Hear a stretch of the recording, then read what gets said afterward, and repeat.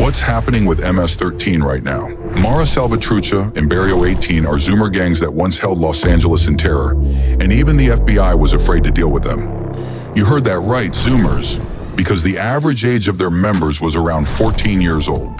Despite their young age, these groups long held the title of the most violent organizations in the world. For example, MS-13 would hack their victims into 13 pieces with a machete. How symbolic. That was their trademark. Barrio 18 kidnapped women and forced them to marry strangers, who were later killed for insurance money. Kind of like a marriage agency, but deadly. So how did they appear? How did they manage to be present in every state in America? Why was the FBI afraid of them? How did they manage to keep Los Angeles in fear? Where did they disappear to? What's with them now? And most importantly, can we safely walk home at night today? Let's not waste a single minute. You're on the channel Pandemic of the Mind. Let's go.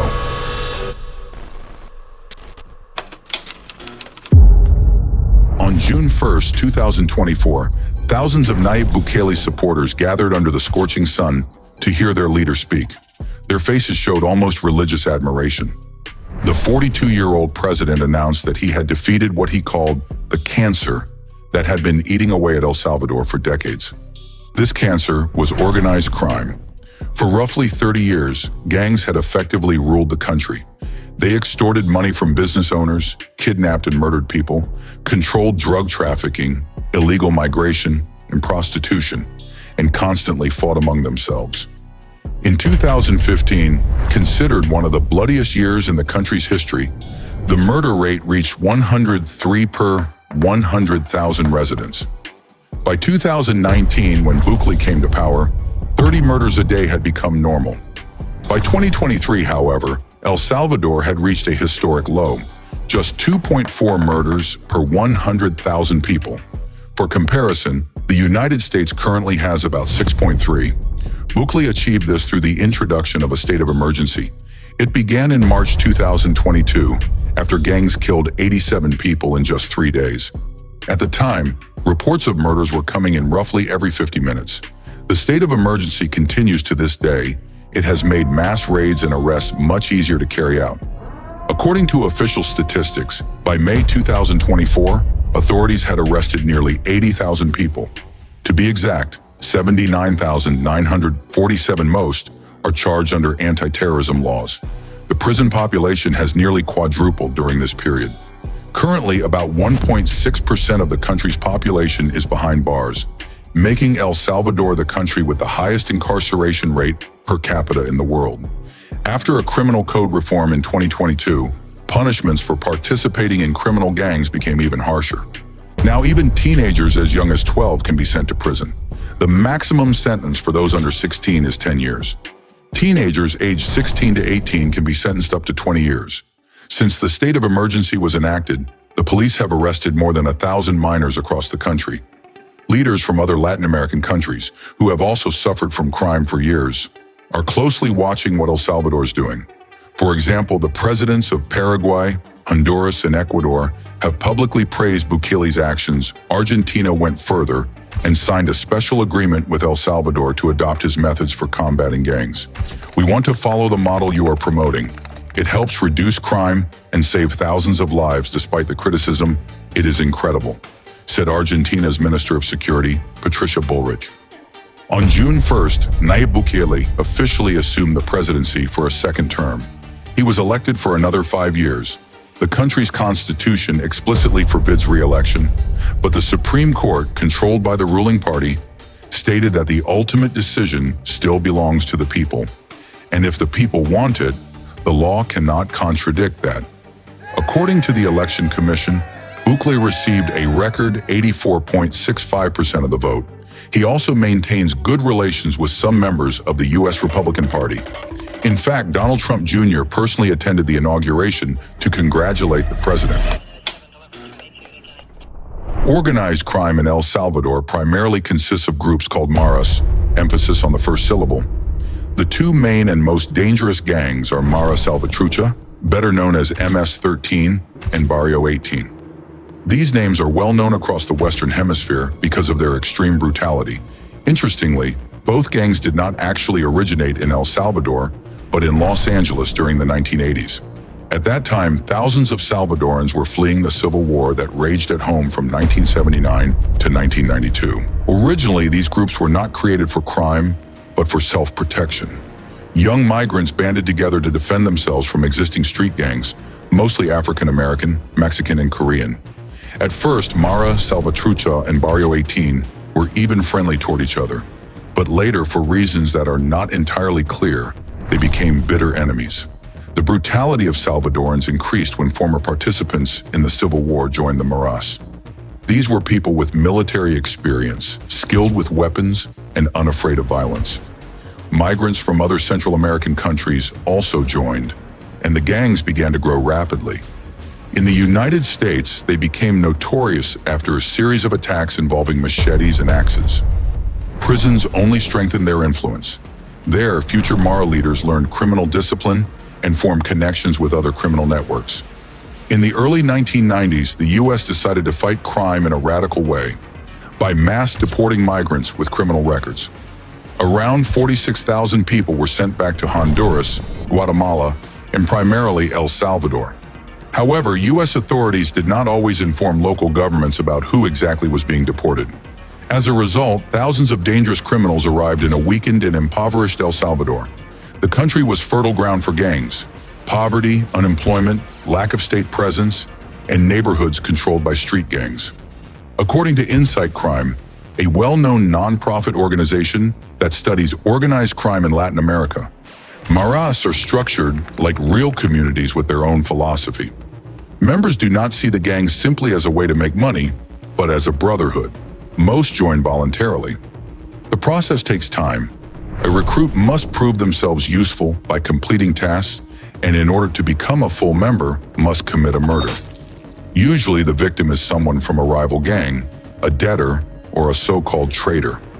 Afterward, the recruit undergoes an initiation ritual called El Brinco. During this ritual, senior members beat the newcomer and then give them a nickname. Wives, girlfriends, and family members become part of the system as well, storing weapons, money, and drugs, passing messages to prisons, and hiding fugitives.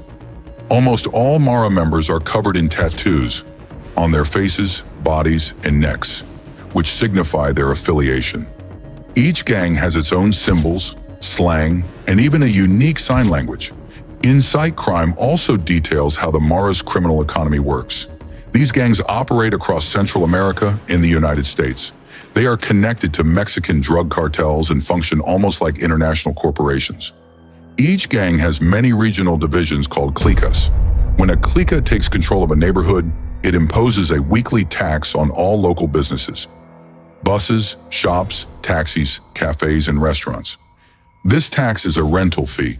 According to Insight Crime, the rents can range from 10 to 40% of a business's profits. Those who refuse to pay often pay with their lives, either their own or their loved ones.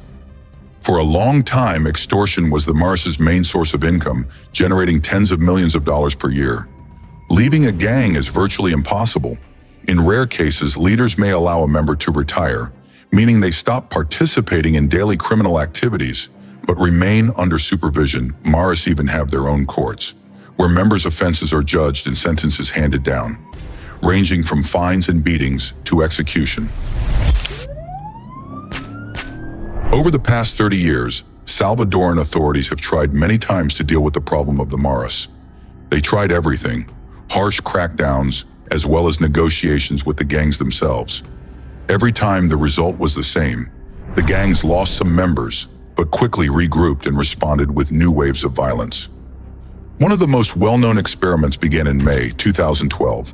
The government decided to try a different approach and established what was called a truce with the two largest gangs, the now familiar Mara Salvatrucha and Barrio 18. In essence, it was an informal agreement. In exchange for a reduction in the number of murders, the gang leaders were promised transfers to prisons with more lenient conditions, better treatment, and limited contact with the police. At first, it seemed to work. Within just a few months, the murder rate in the country dropped almost by half, from about 14 murders per day to 5 or 6. Local and international media hailed it as a Salvadoran miracle, and some officials even called it a historic chance for peace. But the truce had too many opponents. The Catholic Church, human rights organizations, and even the United States opposed it. The U.S. Embassy officially stated that negotiating with terrorists undermined the legitimacy of the government. Most citizens also did not believe in this peace. People thought the government had simply caved to the criminals. And indeed, it soon became clear that the gangs were using the truce to their advantage.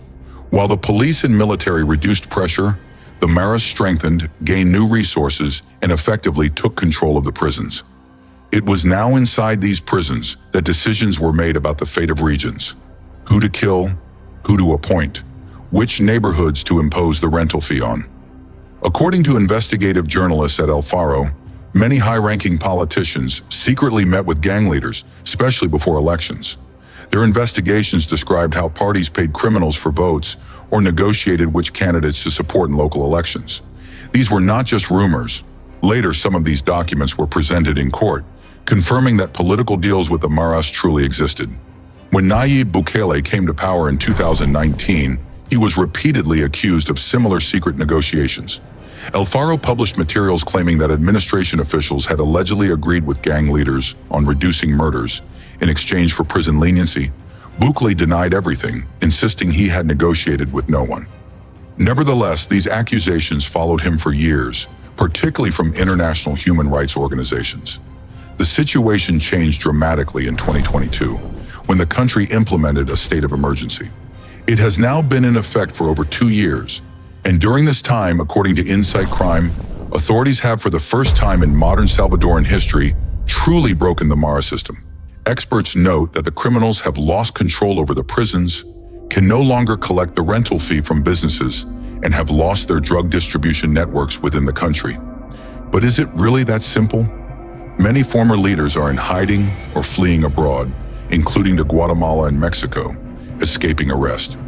According to the same analysts, it was the massive and systematic arrests, around 80,000 people, that became the key to Bukele's success. Today, El Salvador is in a unique situation. For the first time in decades, street violence is at a minimum. Many experts call this a historic moment, although they acknowledge that the price of this victory has been high. Tens of thousands arrested without trial, overcrowded prisons, and a near-total absence of human rights guarantees. "We are fighting a real demon," Naib Bukele said a few months after the state of emergency was introduced in El Salvador. The Salvadoran president often speaks about religion. In his public addresses, he has repeatedly linked crime to dark forces. When a criminal organization grows, it becomes satanic. "They started performing real satanic rituals," he told Tucker Carlson in an interview. This was the same interview Carlson filmed during his trip to Bukele's inauguration with Donald Trump Jr. According to the president, a special hell was built in El Salvador for these demons. Thus was born CECOT, the Center for the Isolation of Terrorism. It is the largest prison in the Western Hemisphere, designed to hold 40,000 inmates. The media simply calls it a megaprison. The complex is located about 74 kilometers from the capital. San Salvador powerful signal jammers surround it to prevent any communication from leaving the facility.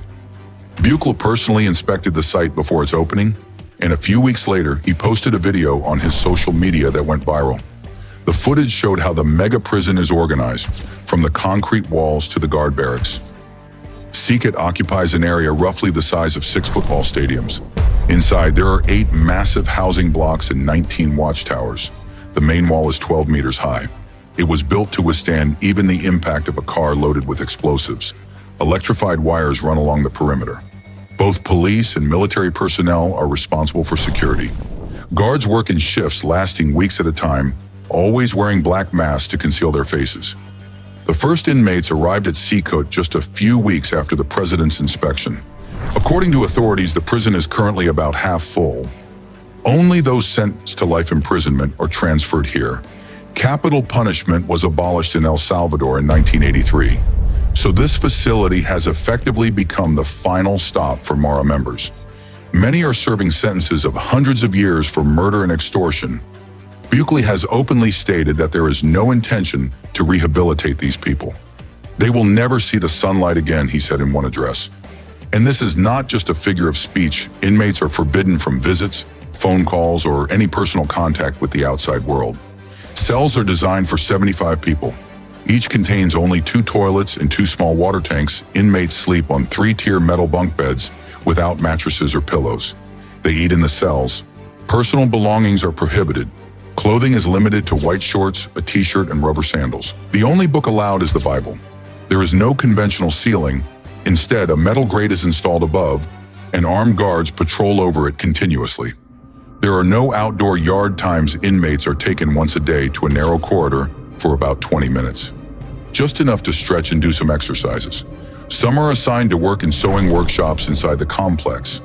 Interestingly, by Bukele's personal order, former members of rival Maras are intentionally placed together in the same cell. They are not separated by hierarchy, and old statuses are ignored. This demonstrates that the old criminal rules no longer apply.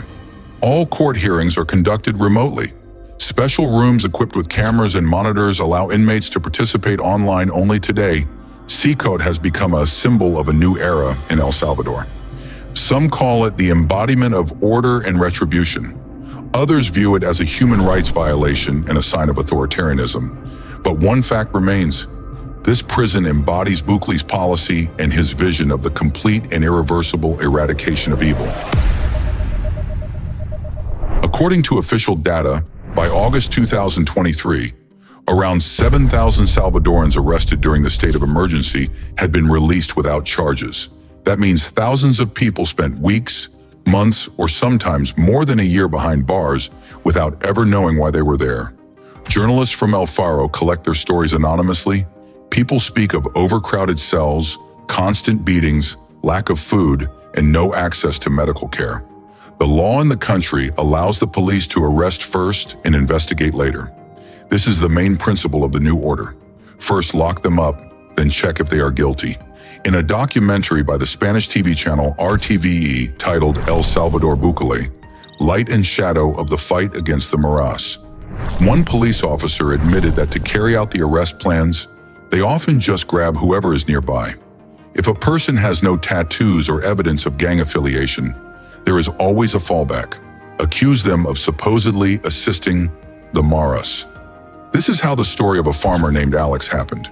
He climbed a hill to catch a mobile internet signal and accidentally ended up near a neighborhood where gang members had recently been arrested. The police accused him of spying for the Maras. Alex was held in prison for nearly 13 months and then released without apology or explanation. But not everyone was as lucky as Alex. According to human rights organizations, at least 261 people arrested during the emergency have died in prisons or police stations. The victims are mostly young men from poor neighborhoods who were simply in the wrong place at the wrong time. El Faro tells the story of Francisco, a 30-year-old construction worker. He was arrested near his home in January 2023. His family tried to prove his innocence and gathered documents, but all efforts failed. A year later, they received Francisco's body in a sealed coffin without any explanation of what had happened or why he died. They didn't even tell us he was sick. We just got him back, dead. Only the authorities know why he wasn't released, but they won't say, his uncle Daniel told journalists. National and international human rights organizations, including Human Rights Watch, have repeatedly warned about systematic human rights violations in El Salvador. Their reports state that people are arrested based on appearance, residence, or anonymous tips. Arrests affect not only suspected gang members, but also union leaders, environmental activists, and human rights defenders. Many remain behind bars without trial. Amnesty International provides even more alarming data. According to them, authorities have begun targeting even relatives of those trying to secure the release of illegally detained individuals. People are arrested for attending protests, giving interviews, or simply trying to find their loved ones. Human rights groups know of at least 34 such cases. Anna Peker, the director for the Americas at Amnesty International, said in an interview, "You cannot speak of success when the violence of the gangs is simply replaced by the violence of the state." This statement has become, in many ways, a diagnosis of Bukele's era. Today, El Salvador lives under an ironclad order, where crime has indeed vanished from the streets. But so has the fear of the law. For some, this is a long-awaited victory over evil. For others, it marks the beginning of a new dictatorship. The president calls himself a protector of the people and a fighter against demons. His critics say he has simply replaced one enemy with another.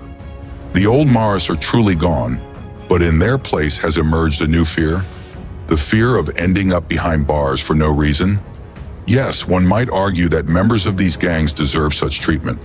What they did to people in their own country and in the United States is unforgivable. But everyone forgets that El Salvador is not just MS-13 and Barrio 18. It is first and foremost ordinary people, families, children who want protection. They want to sleep peacefully, knowing they will wake up. They suffered for years under local gangs, and now finally the state has dealt with them. But at what cost? The world sees a neat picture, a new president, restored order, and the people? Who will protect the interests of ordinary citizens? This is the paradox El Salvador lives with today. A country that has gained security for the first time in decades, but paid for it with freedom.